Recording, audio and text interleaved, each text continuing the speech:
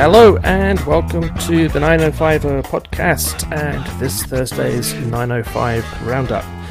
And today we have another brace of stories from the region and from further afield, in fact, that we think are worth discussing. And we're going to start off with a story about MPPs. Well, kind of having more than one job, I guess, but particularly with regard to the housing crisis and the implications there. So, Joel, you were looking at the story, and well, we have opinions, possibly different ones, and we'll investigate what those are. Yeah, well, it's MPs. Well, if you read other online news sources besides the 905er, good for you. Read often, read a lot, get informed. But on the website, readpassage.com, Davide Mastracci has done a lot of digging and a lot of homework on our federal representatives, MPs, and discovered just how many of them are landlords or have invested in real estate. And quite a few, quite a number of them are actually invested in the field of real estate. Out of the 336 MPs across the country, his works found that 128 have met the qualifications of being involved with it. That's 38%. So almost over a third of our elected representatives in Ottawa have a vested interest in the real estate business. That could be good or bad. We're going to discuss that. But the reason why it kind of brought up and I should also point out, this is across all party lines. The Conservatives have the most in their caucus, with 46% having an interest in the real estate. The Liberals are a close second with 39%, Bloc 19%, NDP 16%, and the Green Party 50%, but that's only because they only have two members and, well, only one of them has real estate property. But here in Ontario, out of the 120 MPs for Ontario, his calculations show that 49 or 41% are invested in real estate in one form or another. So that being said, why do we want to bring it up? Well, obviously, development and speculation are a big topic that we have here on the podcast. It's definitely one of the contributing factors to the rising housing prices, not just across the country, but definitely here in the 905 that we've seen, and the shortage of rental housing. Now, the reason why this caught my eye is because a certain conservative then contender for their leadership, now the leader of the opposition, Pierre Poilievre, is a landlord. He's on the list. He's one of the members who owns real estate properties here in, or not here, I should say, in the country. He has a joint ownership in Liberty West Properties Incorporated, a private real estate investment company in Calgary. He's the sole ownership of a rental property located on Lake Ridge Drive in Ottawa, and that's, I believe, with his wife, who's also invested in that, and he has rental income from that property that he shares with his wife. As I'm sure anyone listening to this podcast who pays attention to politics, a big staple of Pierre's campaign for the top job in the party was, saying he's going to take out the gatekeepers. He's going to take care of gatekeepers, and part of the gatekeepers were the people holding back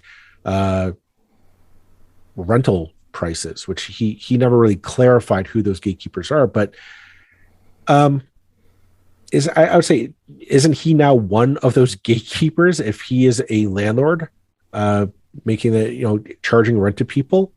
By definition, isn't that a gatekeeper? I'm going to say yes. Yeah. I think I'm just looking at an article here from the Toronto Sun, where he, during his campaign, he was taking aim at the city of Toronto, I mean, reading between the lines here, he's implying that it's the dead hand of government that is the problem, and if if Toronto doesn't get building, then we'll take away some of their federal funds. So a good way to get something done is always to punish people and take away money. That always works, just through experience. But yeah, I mean.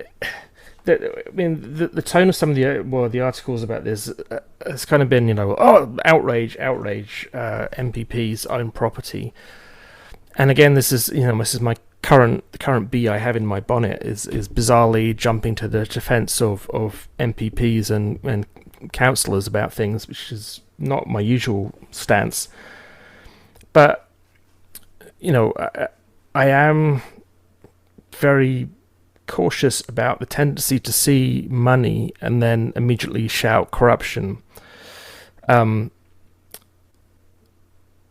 MPPs, councillors, mayors, they're allowed to have other financial interests, they're allowed to own property, they're allowed to be part of property business, they're allowed to have second jobs, they're allowed to do all these things. Now, we can argue that those things should change.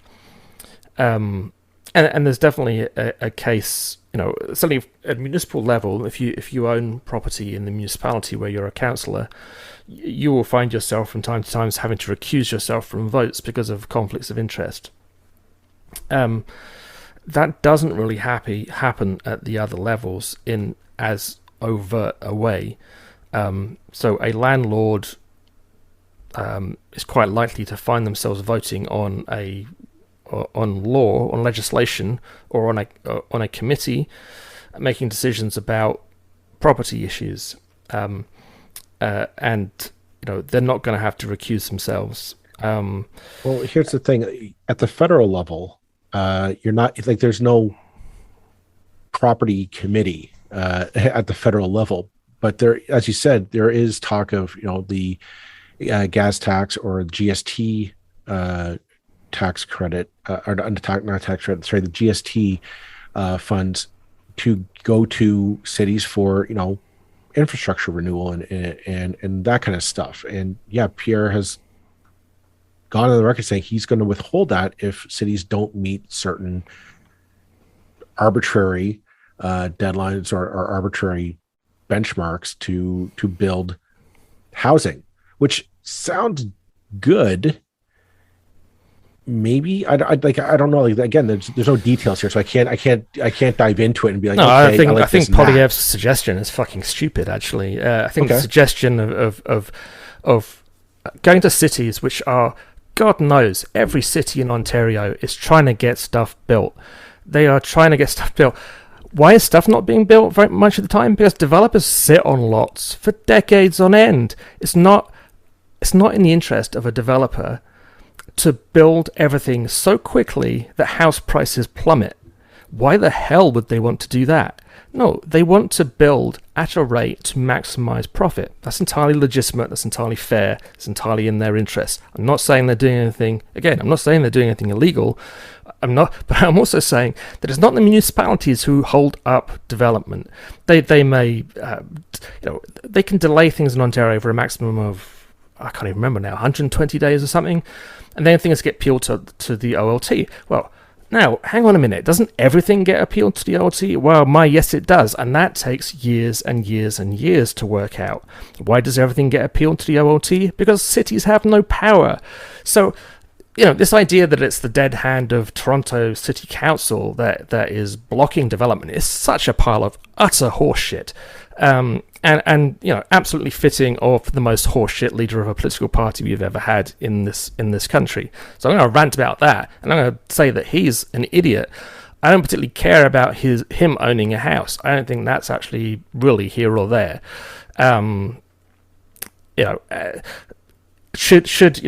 Does the business interests of politicians sometimes cause conflicts? Absolutely. Has he declared the fact that he owns property in the Register of Members' Interest? Yes, he has. Is it all publicly available for anybody to look at? Yes, it is. I don't see any problem at that point. I just see problems with his policies, which are utter garbage. But that's to be expected. I just want to point out a bit of a sidebar here. You had mentioned the holdup of developing in cities, that developers sit on vacant land and wait until the most opportune time to build on it. It should also be pointed out that Justin Trudeau is on the list of landlords. He, according to David, he is controlling interests of 7664699 Canada Incorporated, located in Montreal, Quebec, that holds a vacant land. Well, then I think you're entirely. I'm saying this out of pure nonpartisan interest. I don't want to be accused of, we're taking one side or the other. No, I think that's completely fair. I mean, it's completely fair to say that someone is a hypocrite because they're saying one thing and doing another. Completely justified. If you're going to own property, if you're going to own property that is going to be developed at some point for residential reasons, at least have the decency not to have it sitting there vacant. That is valid. There are all kinds of reasons, but it's not the general principle of property ownership, unless we are going to become a communist state, and right. If you want to vote for that, knock yourself out. But unless we are actually going to say you can't own anything, you can't own property, you can't make money, or as an MP you can only earn what the taxpayer gives you, which again is a justifiable point. The idea that MPs should be able to have second incomes or investments or whatever, that's an argument that could be had. Well, you and I disagree on that point. I have an issue kind of with MPs holding second sources of income in general. I mean, because here's what the issue is that not only do MPs own interest in the real estate industry, the list is also there's also another list for MPPs. So in Ontario, so people who are directly involved with passing legislation surrounding the governance of that industry, I find is a huge conflict of interest, because if you own a property and you are able to pass legislation that makes that property more valuable, you're probably going to pass it, especially if I'm going to pass this, and fine, I'm out next term. I'll sell that off and I'm retiring to Muskoka. Or to French River or wherever. I'm out of here. I find this a huge conflict of interest. I know that this was all disclosed to the public.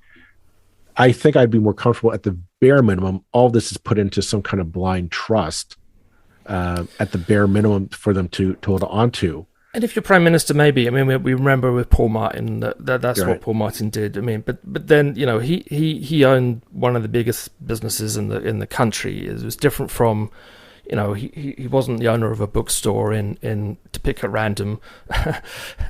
That was. I hear what you're saying.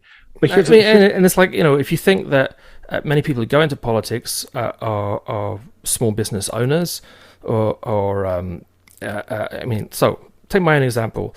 I founded a business. I still own that business. I ran for council. If I'd won, putting that into a blind trust, it's not really realistic. And it's like, if you're saying that, well, you now can't have any involvement in that, but also you might lose your job in 4 years. Well, no, I'm not saying that. I'm saying your business, you had no legislative power over your business, the nature of your business. No, I mean, I guess, but question. I could be, but I'm a business in the city. The city could be putting money into certain types of area.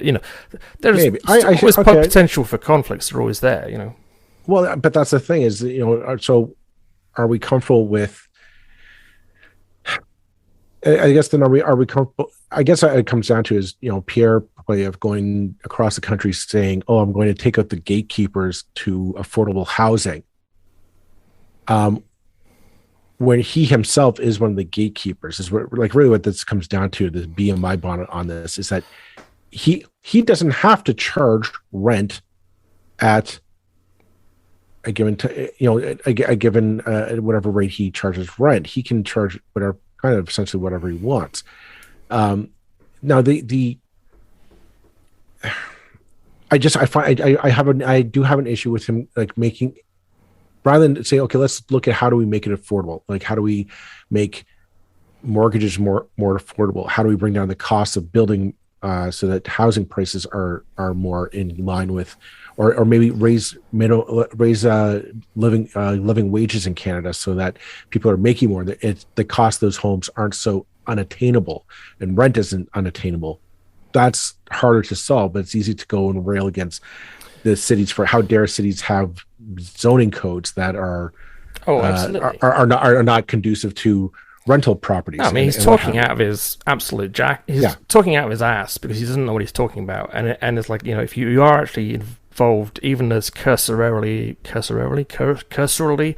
as we are on the outskirts of kind of local development story, what you see is that, yeah, sure, the cities are trying to play a role because actually that is supposed to be what they do. That is their job after all. But, that is not what is delaying development in this country. They couldn't if they tried. The rate of development is very much ultimately in the hands of the developers and what they bring forward. The amount that goes to the OLT is very much in the hands of the province, and the province has basically decreed over the last 4 to 10 years that everything pretty much of any significance will end up going to the OLT, which takes years. Unless the city simply says yes to everything, which they shouldn't have to, unless we're going to abolish the whole thing. But, it's complex. Poilievre just hates government. This is his whole reason to. If there's a problem, the problem will be government. Therefore, let's get rid of government. Let's punish government. Let's hurt government. Let's take money away from government. That's always going to be his answer for everything, because that's the kind of mind he has as a dogmatic zealot for the right. Right. I guess we should just thank our lucky stars he's not blaming immigrants or I don't know what else bullshit that those guys talk about these days. At least he's not being racist about it, but I dare say he will get to that point at some point. We'll get there. I guess I don't know. Here's the thing. In Ontario, real estate and development is the number one industry in this province. Surprise if you didn't know that already. It's a bigger industry than most other industries in the country because of the size the size of Ontario. And so I find that it's an industry of that size. Maybe it's a good thing that we have people who are vested in it in this way. Perhaps I'm not sold that way. I treat this with a lot of skepticism and a very cautious look at it, because I can see so many avenues for abuse of power and a chance to line one's own pockets at the expense of Ontario families. If you're investing in real estate and you have the chance to find a way to remove rent protections or rent regulations, that's a powerful incentive. I mean, any outside interest that any MP or MPP or councillor or mayor has a potential conflict of interest. So we either accept that and ask them to be as open as possible about it,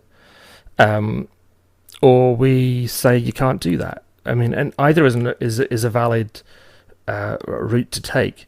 I don't think we can single out property ownership and say, okay, only this one is sufficiently problematic that we're not going to let you do it. You can own a strip club in Aldershot, but you can't own a high rise in downtown.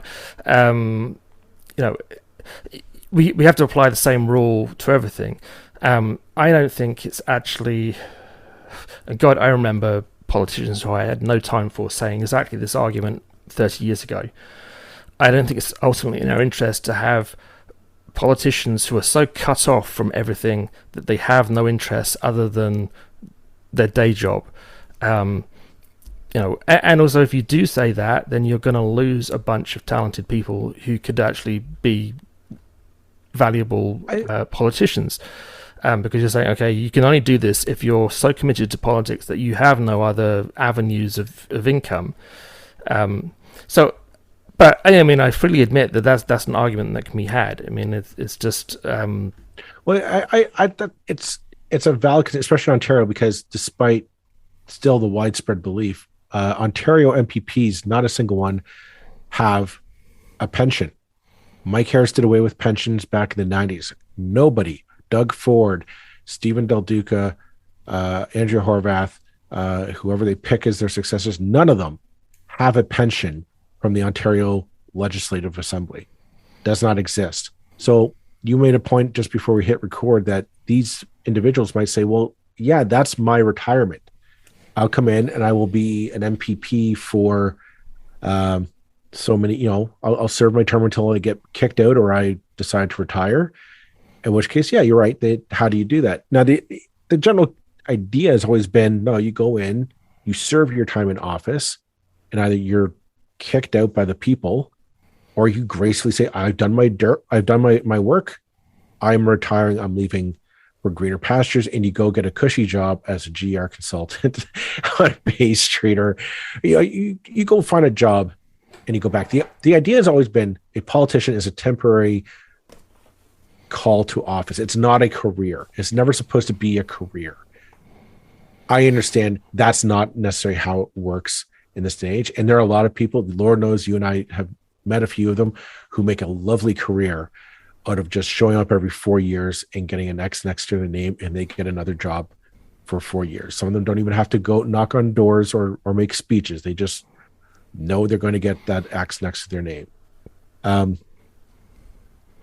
mean, that's a conversation for another time. I treat this with something that it tickles the back of my head in not a good way, and it makes me kind of stop and pause and just really question. It makes me double guess whenever I hear somebody who's now talking about development concerns, rental pricing and whatnot. I have concerns about what exactly are their motivations now. Yeah, I mean, it's the same. It's very similar to the debate we've had about abolishing corporate donations, and that you can abolish corporate donations, and they did, but corporate donations are still going on, just the same as you ever did. Now they're obscure, and you could say you can't do this. And certainly, if I was an MPP. And it's like, okay, I've got a job for 4 to 8 years, maybe, if I'm lucky, if all goes according to plan. I really can't count any further than that. Let's hope I get re-elected and I get 8 years out of this. Okay, I'm getting decent income here. Is $120,000 a year, and as a backbencher, that's not bad. What I'm going to do to sort of make this, what am I going to do to make this money last as long as possible? Well, hell, why don't I buy a second property? That's about the best investment I can possibly make. And that's a very reasonable thing for anybody to do with their money and their salary. Now, we can say, well, okay, no, you can't do that because that's a potential conflict of interest. We're going to ban you from doing that. Well, what about if my wife buys a house? Is that still a problem? Well, yes, it is, because let's face it. I mean, the article you're referring to included people's spouses. Yes. And it's like, well, hell, Yes. It's not the spouse's damn fault that their husband or wife is a politician. Are you seriously going to suggest that now we can take their right to own property away? I mean, where does it end? Because there's always a way around this stuff. It's like, okay, well, let's get the kids to buy a property. Let's get granddad to buy a property. People, again,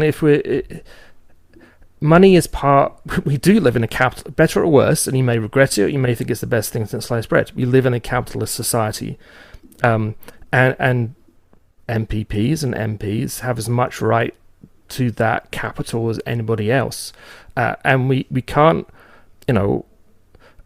as we think about what we're going to do with our money and which SUV we're going to buy and how much the price of our house has gone up in this part of the world since we bought it 10 years ago, and we're going to be all smug and talk about that when we have barbecues with our friends, and like, oh, you won't believe how much my house has gone up. And then we're going to turn around and say to MPs and MPPs, oh, sorry, you guys aren't allowed to do that. Oh, no, only us, And it's like, how much, I mean, the gravy train for MPPs is pretty shitty a lot of the time. It's like, sure, the salary is okay, and maybe they get an excellent job when they come out. Some of them do, some of them don't. There are people who have been there for 4 or 8 years or longer who are not particularly well off, because they're not the sort who looked out for jobs on Bay Street or so I think I'll leave it at this. There needs to be better scrutiny of politicians, though, on where their interests lie. Then, because we do deserve to know if they're going to be campaigning about on loosening development restrictions or limiting the ability for different levels of government to make decisions on this. We deserve to know fully what exactly their motivations are on this, because they might be thinking of it from their point of view, but that family of 4 looking for a place to live, those rental accommodations can become priced out of their budget real fast if we're not careful. So that's kind of where my head is coming from on this one. I'm going to say let's take a break there, and we'll be back for more of the 905 right after this. And we are back. And this time going away from Ottawa down to Toronto. We're going to move down through all 3 levels of government on this one, folks. But something that we had on earlier in the year, Minister Karina Gould, who Roland and I both know, to talk about the federal government. At that time, the federal government's petition to the Ontario government to take on funding for the $10 a day childcare system that they were trying to get all the provinces to sign up for. I'm sure a lot of you who are listening who are parents to to daycare and preschool age children are wondering, where's my $10 a day bill? That might be a little while. It looks like the Ontario government looking to change some of the parameters of that agreement to loosen some of the guidelines. I'm not going to say the restrictions. I think that's a bit too strong of a word, but the guidelines surrounding the for-profit side of the equation. The Ontario government's looking to change some of those guidelines, which is raising a red flag with Minister Gould, who in the Toronto Star this past Friday has just kind of gone on the record as saying she's paying attention to this, and she's got concerns. And a lot of us, well, not so much because my kids are aged out, but there are a lot of parents of that age of children who are curious, who are wondering what's the holdup and why are we messing around with this? The agreement was in place. Why are we still not getting this done? Yeah.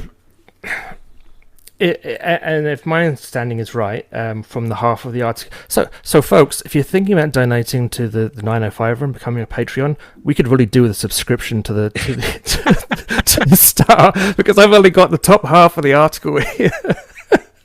So like we really are running this thing on a shoestring sometimes. Now I could get logged into Press Reader and try and find the article, but that takes a while. Yeah, there's your motivation, everybody. If you'd like to become a Patreon donor, you'd really be doing us a solid. But my understanding is, from the half of the article that I could read, is that they've kind of taken. There was a stipulation saying that in return for this federal funding, we have to kind of put restrictions on the childcare providers to not make excessive profit. The reason being, I would think, or my understanding would be that, if you're putting in a big chunk of money from the government here, you can't have the business owners who run the childcares simply increasing their fees by amount equal to the amount that's just been put in by the federal government. Now, we know that the market will support, in its own way, the current fees, however outrageous they may seem to parents. So from the point of view of a business owner, it's like, well, we're fine with things how they are, actually. If you're going to give us a big check, we know that the parents will still pay this. So that's why you have to have a kind of corresponding hand on the scales, so to speak, to say, okay, yeah, we're giving you this money, but you can't just jack your prices up to offset that. So that seems to be what we're talking about. What have the provincial government done? Because the provincial government obviously doesn't like controls being put on businesses. It's kind of got rid of that restriction of saying, you can't make excessive profits because we're giving you this financial support. And that makes sense to me. I mean, as an argument. I mean, I was talking again before we came on. It was a similar process happened in Scotland, but a long time ago, before I emigrated, where the government was attempting to introduce free senior care, so old age retirement homes, this kind of thing, for people who needed it, through a big chunk of money that was supposed to be equal to what senior care cost at the private owners of those businesses.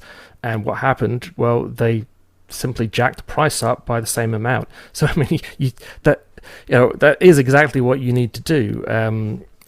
You can't just write people a blank check and say, okay, we've paid for it, because all you've done is mess up the finances, mess up the market, so to speak, right, by doing that. This is the kind of where I'm puzzled about the whole structure of this deal, I'll be honest, because right now in the article, Trust article, they say Ontario's for-profit daycares account for roughly 30% of all licensed spaces for children under 6. Like a third of them are for-profit. Now, I don't see how you're going to get any, like, you shouldn't be getting any public money without some kind of strings attached. Like, if you're going to get like money to going into your operating costs, whether that's to pay your staff or to whatnot, like, that's just not the way it's going to go. Now, I mean, the province could have done a number of things. It could have just start handing out vouchers to parents and say, you shop around to your favorite daycare center and we'll cut you a check for the difference. That's not how they go. I find this government, I bang my head against the wall with this government, because they kind of take what is obviously the simplest solution and they make it really complicated, and that is treat daycares and preschools as another level of education. I mean, Minister Lecce is the Minister of Education. He is in charge of this file. Just treat it like another aspect of education.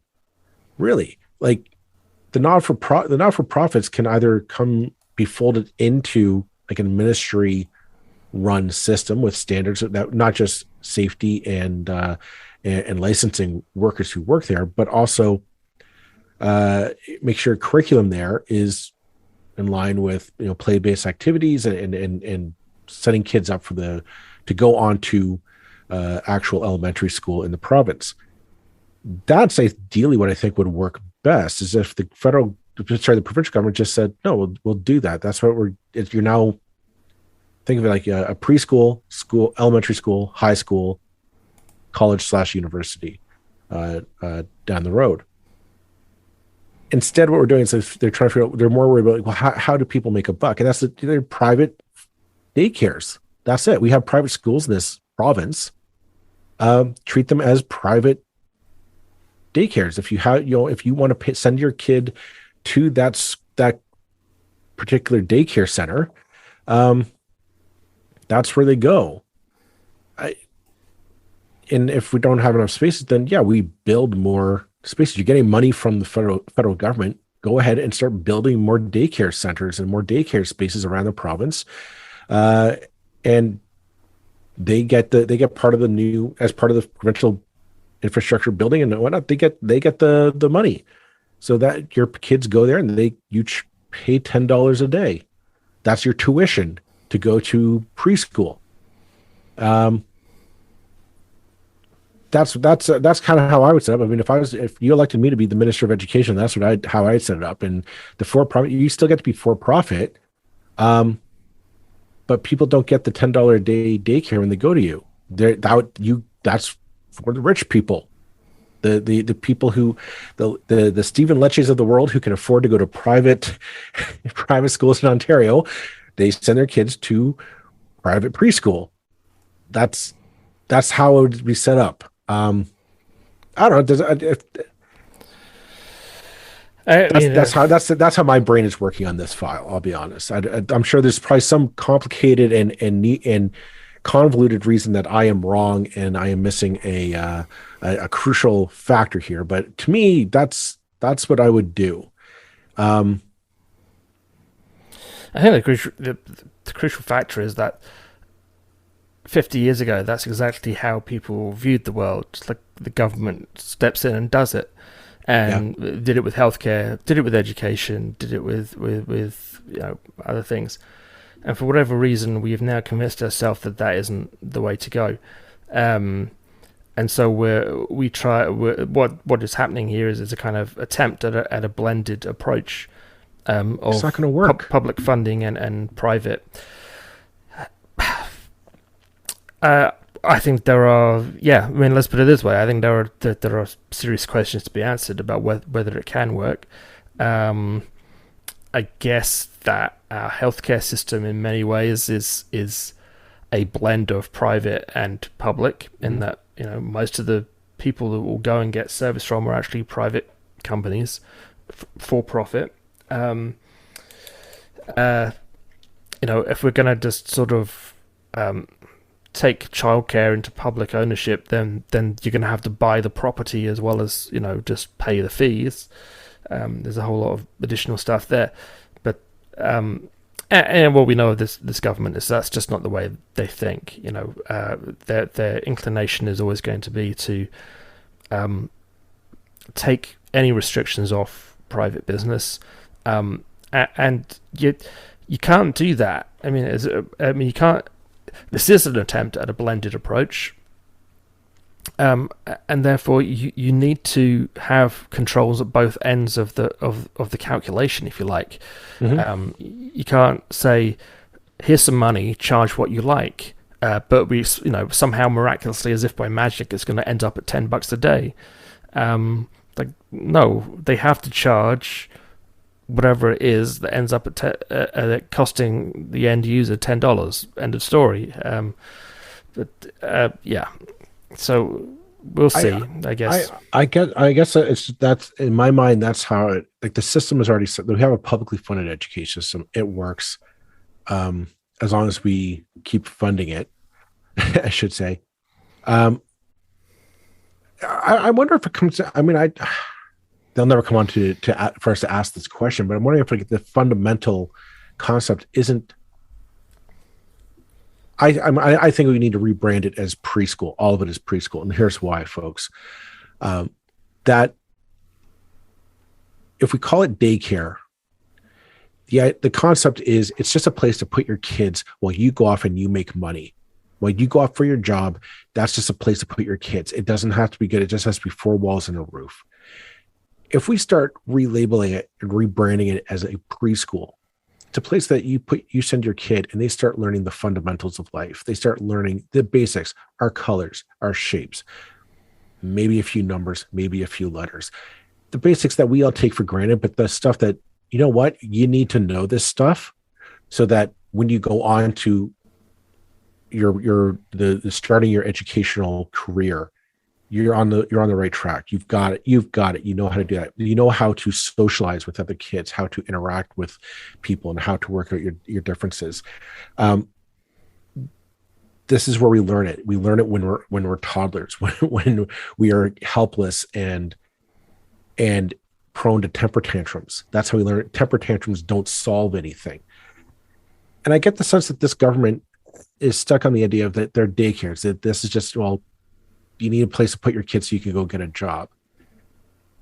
And that's partly true, but I do think that it needs to be rebranded as a school. It's a place to start the education process so kids can go on to the core fundamentals of their education on a good note, knowing how to absorb that the knowledge and the information that they'll be taught in their career, and build on that. Because if they're just daycare, then screw it. Doug, Stephen, just start cutting people checks. Just start cutting people. Just make it a tax incentive, and no matter what, go find a daycare, submit your bill at the end of the year, and give you the adequate tax credit to make it the equivalent of $10 a day. Because otherwise, this is just going to be a convoluted mess of a system that people are not going to sign on to, and people are just not going to be confident in. That's my 2 cents. As someone who doesn't use it, doesn't have children, and has no skin in this game, so to speak, I should probably let you have the final word. Don't tell my wife. If I just before we sign off for this episode, folks, our previous episode, we're recording it actually on the eve of when we launched it, and it's kind of it's been a big I don't want to say a hit, but it's one of our more popular episodes. We can see already. The case of the Oakville teacher at Oakville Trafalgar, who is a trans teacher, wore the fake breast prosthesis, and in the process stirred up a hornet's nest with the Freedom Convoy and alt-right individuals. Stephen Lecce, I think, has done the right thing on this. Yeah, I'll repeat that. Stephen Lecce has done the right thing on this file. Today he came out and said that he was asking the Ontario College of Teachers to review their professional conduct code to see what should be done in this case, and if any changes need to be made to make this clear. And I think it's the right step, because that's something that we had a discussion with Karima on the episode. If you didn't listen to it, folks, this is your hint. Go download it now. Listen to it. You'll learn something. But this is a dress code and a workplace code of conduct system, not a trans rights issue. I'm going to stand by that one. And the fact that maybe there isn't a case on this. Yeah, this is about time that we get something like this on the file, and we make it a clear for schools across the province to know how do we address this situation from happening again. Yeah, I think I would second that. I mean, I think it's worth saying what the minister hasn't done here, and that he hasn't waded into the issue per se. He hasn't mentioned the individual. He hasn't mentioned the school. He's asked the College of the Ontario College of Teachers to review and consider strengthening professional standards, and I think that's okay. It's like, yeah, let's have clarification about what we expect, and I would much rather have the ministry itself and the minister itself always take the lead on really problematic things like this. The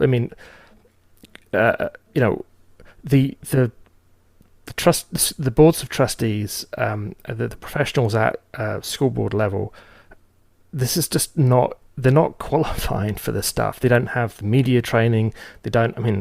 Clearly do not have the media training. It's out of their league. We don't want them talking about pride flags. We don't want them talking about trans issues, because they're not qualified and they don't know what they're doing. This is very much a ministry responsibility, and I think much as I'm a great fan of this government. I mean, I don't think there's any great secret there. I think what they said was reasonable, measured. It wasn't directed to anybody. It wasn't directed to anything specifically, but it indicated this is the province. It's our call ultimately how this is handled. We would like you to look at this, and I think that's about all that really needed ever to be said. Yeah, and if we did that, we wouldn't be in the mess we are in now. This looks like it's going to be an ongoing rallying cry for the far right and the alt-right and just those people in this province for years to come now. And I this is a bit of a sidebar, but if you're going to put, I was thinking about this today, if you're going to put, statements of, we support trans, LGBTQ people, the diversity statements in your policy statements, that's all great and wonderful, but you got to figure out how it works in your agency and your organization. Otherwise, it's just filler. You need to figure out, well, what happens when somebody puts a legitimate grievance against an individual of a minority. How do you approach that? I do think the HDSB really dropped the ball on this. They by passing the buck, they ended up making this problem far worse than it needed to be. They really should have showed some leadership or gone to get the answer and stood up and said, this is what we're doing and this is what we're standing by and this is how it's going to be. They didn't. And in that absence, we ended up with the Freedom Convoy truckers planning repeated protests. Now it looks like around for some fictional grievance against transgender people. Transgender people do not need this. They do not deserve it. They have not done anything wrong. They are not wrong. But because when the HDSB needed them to stand up and really stand by them and put their clout on their side and really clarify this, they didn't. They folded like a wet towel and they hid behind their diversity statement and then said, all right, the rest of you figure it out for us. We're done. Yeah, and what the way that I clearly am not on territory that I am particularly familiar or comfortable with myself either. However, it feels like the most useful thing for the transgender community as a whole would have been to make it clear that this is not a transgender issue. This is a dress code issue. Yes. The gender is irrelevant to this story, utterly irrelevant. But the malicious people who wanted to make it about gender and gender identity have done so, and that is a shame. But yeah, I mean, and for goodness sake, HDSB, realize that when you speak to people. I really honestly hope that whatever we deal with, we try, and I used some pretty inflammatory language earlier in this podcast about the leader of the federal opposition. And I will stand by that. But I think that's very different from seeking out stories like this, people who are not in the public eye and trying to whip up hysteria. Our objective is always we're trying to inform, we're trying to ask questions that are actually intelligent questions, and maybe aren't the expected answers sometimes, We're trying to do that. We're trying to be thoughtful about everything we handle. Other media organizations, and I'm not going to name them because they're very litigious, are not like that. And, they should have known that. And, fine, don't talk to us, but be careful who you do talk to. My goodness. No kidding. All right, folks, we're going to leave it at that for tonight's episode. Thank you very much for listening. We'll be back on Tuesday with more. Take care, everyone. Bye-bye. You'll have to.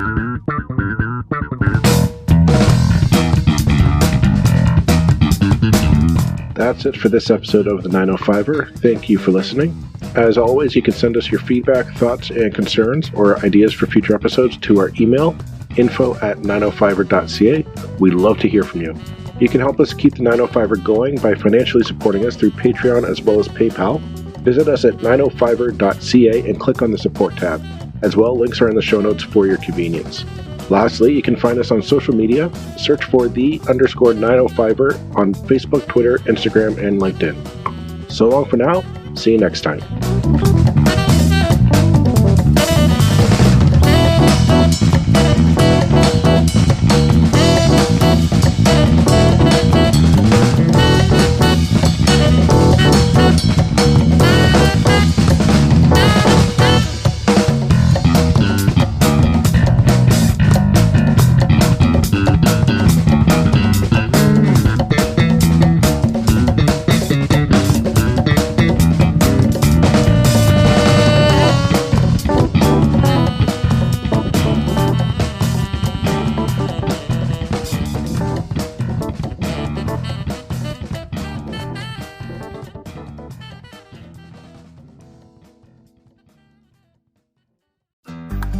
Looking to make the most out of this life and optimize your personal wellness? Then check out the Natural Man Podcast. Join me, host Mike C., as we explore all areas of human wellness, physical, mental, and emotional. Learn strategies to optimize your own well-being and be in the driver's seat of your own health. Remember, your doctor works for you. Learn biohacks, neurohacks, ways to improve sleep, and ways to optimize your body and your mind. Check us out on Apple, Spotify, the Fountain app, and at naturalmanpodcast.com.